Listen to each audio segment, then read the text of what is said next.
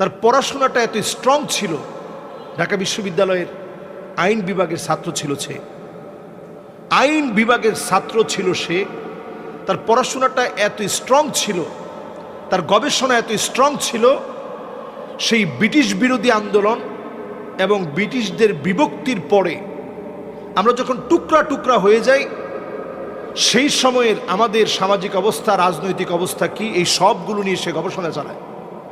এবং তার এই গবেষণার ফলে রাজনৈতিক কূটকৌশল কখন কিভাবে পরিবর্তন হয়, এগুলো সব বিষয় সম্পর্কে তার জানা ছিল। এবং রাজনৈতিক নেতৃবৃন্দের চরিত্র কেমন, কিভাবে তারা মাস্টার প্ল্যান নিতে পারে, এই সকল বিষয় সম্পর্কে সে পড়াশোনা করে। দিনের পর দিন গবেষণা করার পর সে এই আন্দোলনটা, প্রথমে কোটা সংস্কার আন্দোলন নামে এই আন্দোলনটায়